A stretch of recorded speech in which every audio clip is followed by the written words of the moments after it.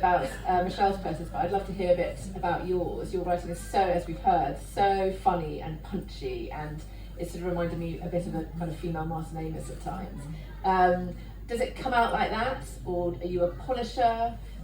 What's your it kind of it does and it doesn't, because I kind of think, and I want to talk with both of you about this. I think it's really interesting for like when I teach creative writing as well, but it's all about the craft. So if I was to say to you, yes, it comes out like this, it's complete bullshit. It's so bloody hard writing. It's really, I find it really hard. Like, it's just draft after draft after draft until you strike a balance. So you are changing the voice when you're redrafting rather than just the plot, are you? Oh, no, you're refining the text. So I mean, that's what I do. Yeah, definitely. I do feel as if for some people they are much less polishers, but I go back again and again and again and again and again and again. Yeah. I think it's really important to refine things, because as it comes out, it's not always refined. It's just, you're just writing it all down. You're getting the story together. You're getting, and when you read through it, you think, oh well, okay, well, it's not very good grammar, is it? Those kind of things. So you do refine. I mean, I also refine a lot. What about plot for both of you? Because you both have quite a lot of twists and turns in your books. Did you plot it all in advance? Do you know how it was going to end as well as begin? Or did that come out as you went along? No, I'm not a plotter. And the thing is, the thing that actually brings me back to the page with excitement is that I don't know what's going to happen next. And I find that really exciting. And I think if I had everything plotted out, I would probably think, okay, well, I've done it now. Right, yeah. Yeah, it's got to hold your attention, yeah, isn't it? Exactly. For the time you want, is it? What about you, Lana? Yes and no. Yes and no. It's fantastic when something, like Michelle said, sometimes you're there and you're writing and something happens. And it's like this magical, whatever, and you're like, and you go with it and you go, God, how did that happen? Where the hell did that come from? But most of the time it's not like that, for me anyway, and it's hard bloody work. Yeah, really hard work. But when I did read back, and I hadn't read this for years and years, and I was just like, I didn't know, I had forgotten what happened. And I was like, oh my God. Wow, that's the mark of a good book, isn't it? If your own novel surprises you. That's pretty good, isn't it? Yeah, no, I find the same as you actually, Lana, that occasionally your character, you think you know what you're doing, and my main character would tell me something about her past that I had not anticipated and changed the course of the book a bit.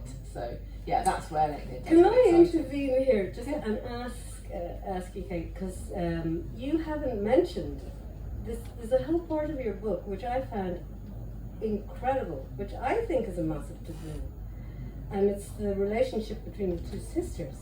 Right, yes. I can't talk too much about that. You can't talk give too away much, the twist. but it is, no, but I was like, well, talk about taboos. It was really, it's something I have not read before, but it has, it's amazing actually, and I don't think anyone has really explored that. I found that really so interesting in your book, and as a child, and I came from a very, Irish, I grew up in Dublin in the 70s, and it was really repressive, very, very Catholic, and anyway, what happens in Kate's book, I'm selling your book for you, Kate, what happens in Kate's book is unbelievable, but there was someone on our street where the kind of the scandal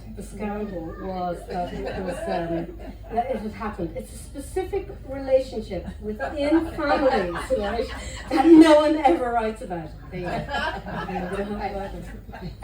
it's a family secret in the book, which is revealed at the end, and some people, It's mostly about my main character discovering the truth rather than the reader. But anyway, I still won't tell you what it is. And it's amazing. It is amazing because I've read it too, and it is amazing. It's like, whoa. Thank you. Yeah. I forgot what I was going to ask.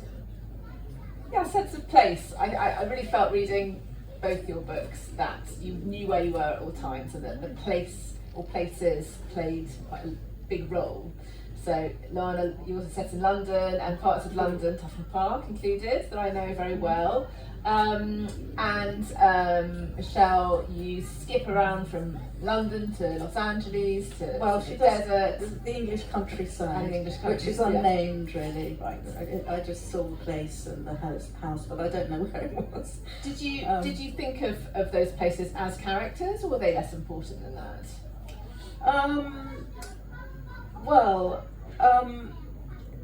That's a very good question. They were definitely very vivid. When I was writing it. I mean, yes. So really important, but they facilitated the characters, I would say, Yeah. rather than they were characters themselves. Right. Unlike piano. Yeah. Yeah. Yes. Michelle has this wonderful character called Bex, who is the piano of Alison. That's and right. Alison being a composer and pianist. She sort of has she has a love affair with this piano, doesn't she? Yes. And I thought that was really, really well handled. And actually something that I hadn't read before. Well, that's great that you said that, because when I had my book edited, it got passed from my editor to another editor to have a look at, and the other editor said, "You have to get rid of X," and I went, "No, that's not happening. That's not happening."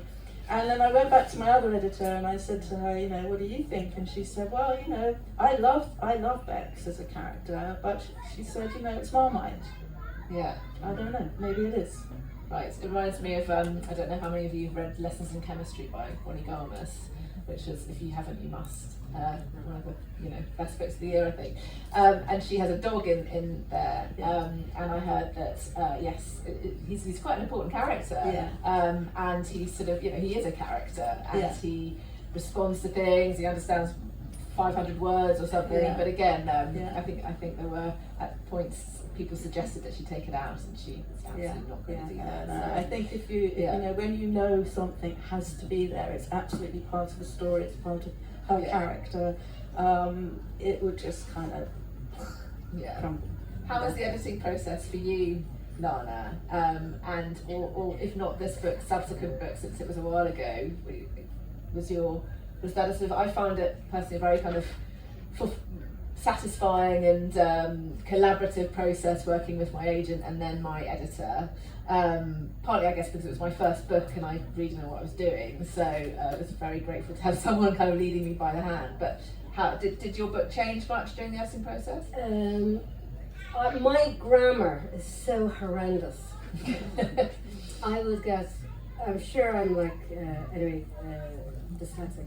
Anyway, but undiagnosed. But I'd get back, oh my God, and I'd have to go through like the proof copy, and I would write like just without punctuation, like how I was hearing it in my head, and it was like do, and then basically I was like, oh my God. So I slowly over the years learned how to form a sentence. A Million Little Pieces, the book by James Frey. The original book, when it first came out, had no punctuation at all. It was just one long sentence. And the strange thing is, I didn't miss it. So we're talking the day after